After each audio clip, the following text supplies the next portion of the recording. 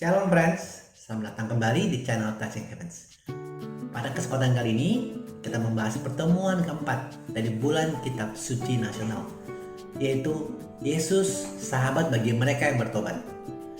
Bacaan kita diambil dari Wahyu bab 3 ayat 14 sampai 22. Dan tuliskan kepada malaikat jemaat di Laodikia. Inilah firman dari Amin, saksi yang setia dan benar, permulaan dari ciptaan Allah. Aku tahu segala pekerjaanmu. Engkau tidak dingin dan tidak panas. Alangkah baiknya jika engkau dingin atau panas. Jadi karena engkau suam-suam kuku dan tidak dingin atau panas, aku akan memuntahkan engkau dari mulutku. Karena engkau berkata, aku kaya, aku telah memperkayakan diriku, dan aku tidak kekurangan apa-apa. Dan karena engkau tidak tahu bahwa engkau melarat dan malang, miskin, buta, dan telanjang, maka aku menasihatkan engkau supaya engkau membeli dariku emas yang telah dimurnikan dalam api, agar engkau menjadi kaya, dan juga pakaian putih, supaya engkau memakainya, agar jangan kelihatan ketelanjanganmu yang memalukan. Dan lagi minyak untuk melumas matamu, supaya engkau dapat melihat. Barang siapa kukasihi, ia kutegur dan kuhajar. Sebab itu, relakanlah hatimu dan bertobatlah. Lihat, aku berdiri di buka pintu dan mengetuk. Jikalau ada orang yang mendengar suaraku dan membukakan pintu, aku akan masuk mendapatkannya. Dan aku makan bersama-sama dengan dia, dan ia bersama-sama dengan aku. Barang siapa menang, ia akan kududukan bersama-sama dengan aku di atas takhtaku. Sebagaimana aku pun telah menang dan duduk bersama-sama dengan Bapakku di atas takhtanya. Siapa bertelinga, hendaklah ia mendengarkan apa yang dikatakan Roh kepada jemaat-jemaat. Demikianlah firman Tuhan. Syukur pada Allah.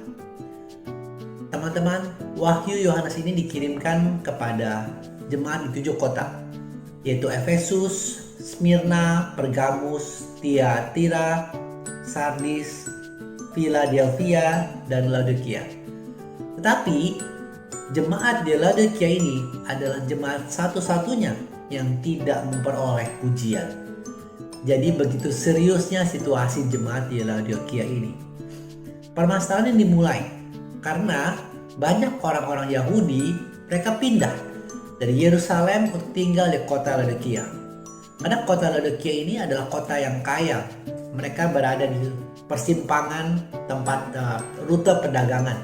Mereka menjual wool dan mereka kaya sehingga tempatnya nyaman, begitu mewah, begitu banyak fasilitas.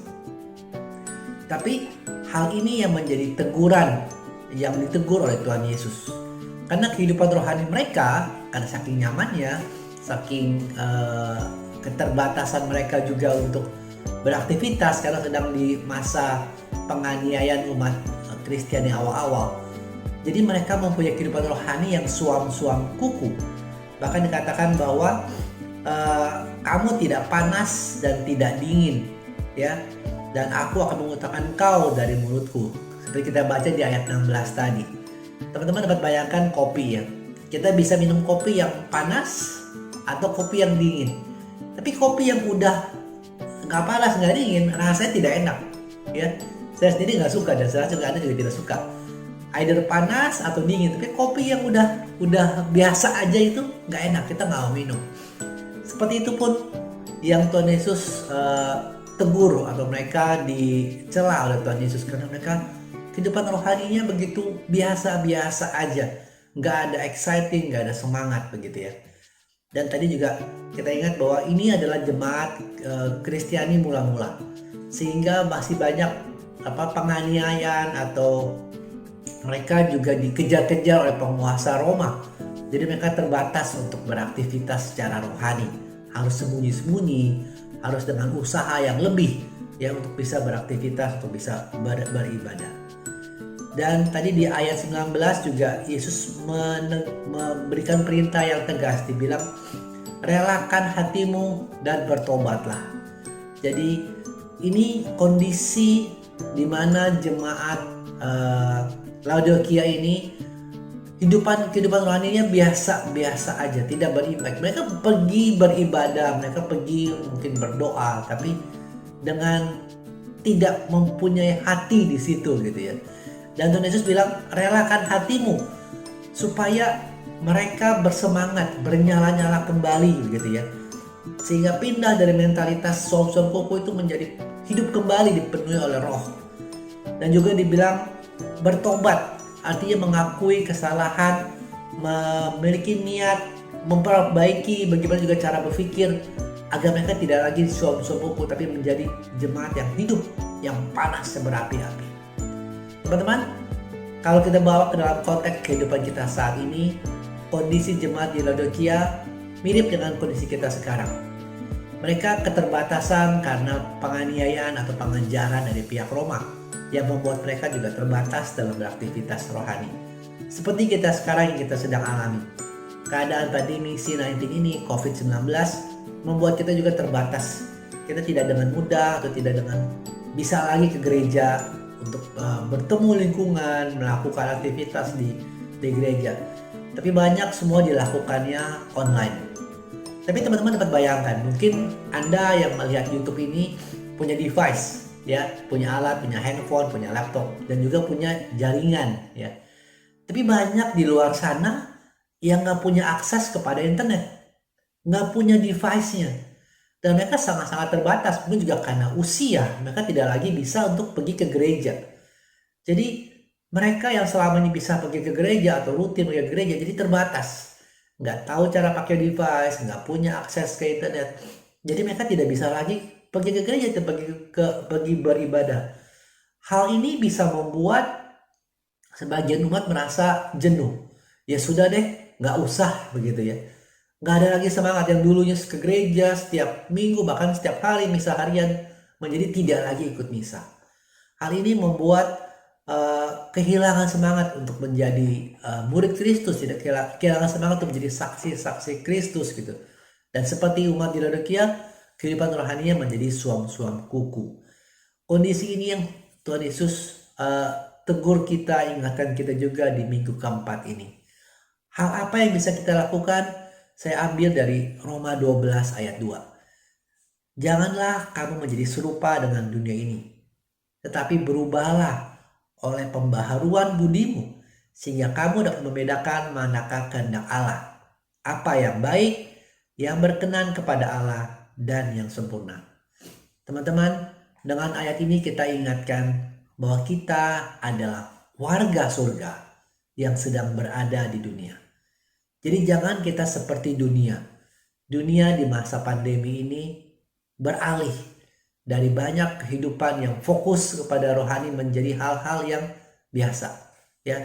Mereka mungkin sibuk mengejar kekayaan atau mengejar profesi atau mengejar hal-hal yang lain.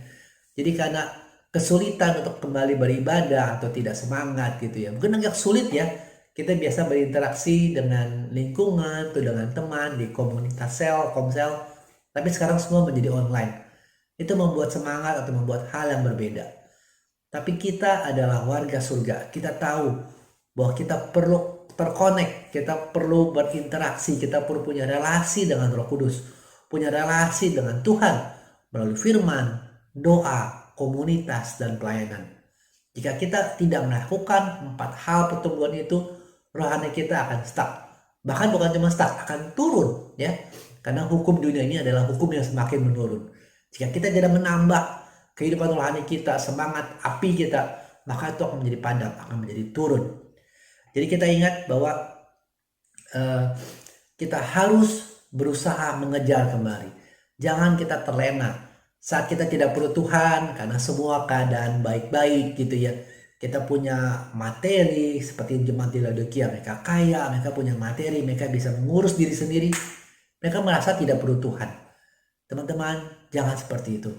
Tetap kita berusaha dengan segala keterbatasan kondisi saat ini ya.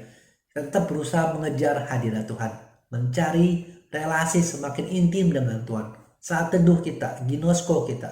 Karena kembali lagi kita tahu bahwa kita bukan dari dunia ini, ya. Jangan kita jadi serupa dengan dunia ini, tapi kita rubah mindset kita. Sebagai penutup, saya ajak teman-teman untuk mengubah mindset dengan kata-kata seperti ini. Kita sering bilang bahwa saya berdosa karena saya manusia, gitu ya. Kita sering ngomong seperti itu. Saya biasa berdosa karena saya manusia. Tapi mari kita rubah dengan mindset yang baru. Saya manusia yang tidak biasa berdosa, ya. Sekali lagi, kita ubah mindset dengan saya manusia yang tidak biasa berdosa. Jangan biarkan kehidupan dosa atau kita hidup dalam dosa selalu ada dalam hidupan kita. Tapi karena kita adalah warga surga, kita punya Roh Kudus, kita punya relasi dengan Tuhan, maka kita bisa berusaha yang terbaik dengan semangat untuk mengejar hadirat Tuhan. Terima kasih, semoga renungan ini berguna bagi Anda sekalian. Kasih karunia Tuhan Yesus Kristus menyertai Anda sekalian. Amin.